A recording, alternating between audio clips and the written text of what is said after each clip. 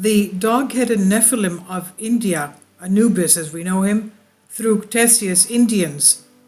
According to legend, this country was visited by the god Dionysus of ancient Greece and his retinue, and taught its inhabitants the cultivation of the vine and the production of wine. Beyond the myth, however, history has saved real contacts with this country, and the first of all those who mention it is Scylax the Carendius, that's 520 BC, in his work Earth Period. Their first Scylax, that is a Greek word for dog, because there is also a younger one with the same name around 350 BC, by order of Darius of Codomano, had sailed the Indus River and made a circumnavigation from its mouth to Arabia and even the Suez Canal. The Suez. Unfortunately, Scylax does not refer to Kinocephalus, that is dogheads, Anubis, which Ctesias does extensively. Ctesias the Ctesias, 5th, 4th century BC, is the first Greek writer to write a book specifically about India called Indica, which was lost, like his other famous works, the Persian, but we know them because, apart from the few passages that have been saved by various authors such as Elianos, Photius includes them in his famous library, also known as Myriovivlos.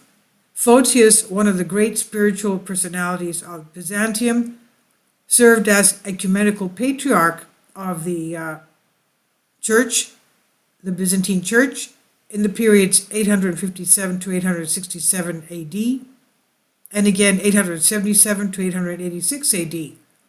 And once, by decision of the Byzantine Senate, he was appointed ambassador to the Assyrians.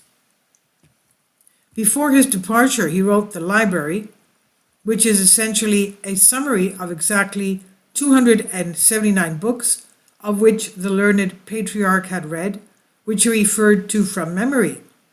This is, of course, both good and bad. The good that the thing is self-evident. The patriarch rescued, even if briefly, the contents of books that have been lost, while the bad thing is that from memory, quote unquote, it was not possible to remember exactly what he had read, and from that matter, the work of Ctesias Indica clearly is varied and not accurate. I contradict what Ctesias miraculously mentions in his work Indica and limit myself to what he wrote about the dog-faced Kinocephala, Anubis-type Nephilim creatures. Quote, "In the mountains of the Indus River live people who have the head of a dog. Their clothes are made of the skins of wild animals. They do not speak any language but bark like dogs and communicate in this way. The Indians call them Calistrians, which means dog-headed. Their teeth are stronger than those of dogs, but they can be found as far as the Indus River.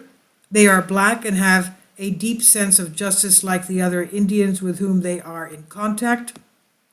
They understand the language of others but cannot speak to them. They get along with meanings like the deaf and dumb. Their nation numbers 120,000. They live by hunting, the meat of which they dry in the sun. They have sheep, goats, and donkeys. They drink milk and sour milk. They also eat the fruit of the Siptakoro, which is a sweet and which the Indians dry like the Greek raisins. The dog-faced Anubis-like Kinocephalus construct a raft in which they load these dried fruits, the cleaned purple flour, the electricity, which they exchange with the Indians for bread. Electricity. Yeah, that's what it says. Keto electrico, whatever that, electrico.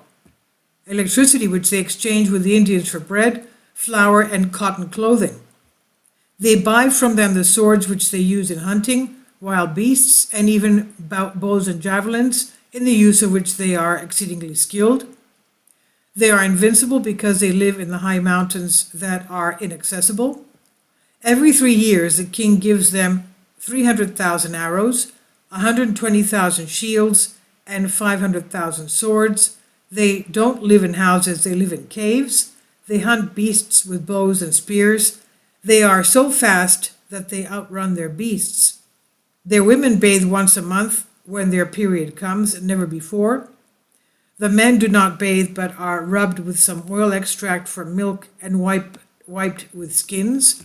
They dress in thin skins, men and women. The wealthiest wear linen, but they are few. They don't have beds. They sleep on mattresses made of tree leaves. Wealth is calculated based on the number of sheep. For the rest, however, it is fairly evenly distributed. All of them, male and female, have tails like the dogs. Men unite with women four-legged, and again as dogs. They are fair and live up to 200 years. In Greek mythology, history, or philosophy, monsters and anthropomorphic or not often appear to have played an important role. As Columbus biographer Jack Heers notes, fictional people have always captured the imagination from the time of the Greeks to Pope Pius II. Some writers or artists described or depicted monsters, which also represented the sculptures of the Roman era. Dog-headed anthropomorphic creatures, the Nephilim Anubis-type creatures, are often mentioned in medieval literature texts as representing magic, especially black magic, barbarism, beastly behavior, and evil. They retained most of the elements of the mystery legends of the East and incorporated them into the curiosity that characterized the quest of medieval Europe, as Isidore mentions in his works of Seville and other historians. The similarity between dog-headed creatures of antiquity, the Nephilim Anubis-type creatures, and the tradition of werewolves is interesting. Besides, the myths about the latter, which are among the oldest in Europe, seem to be mixed up in several places with the tradition of the Cynocephalus dog face during Middle Ages.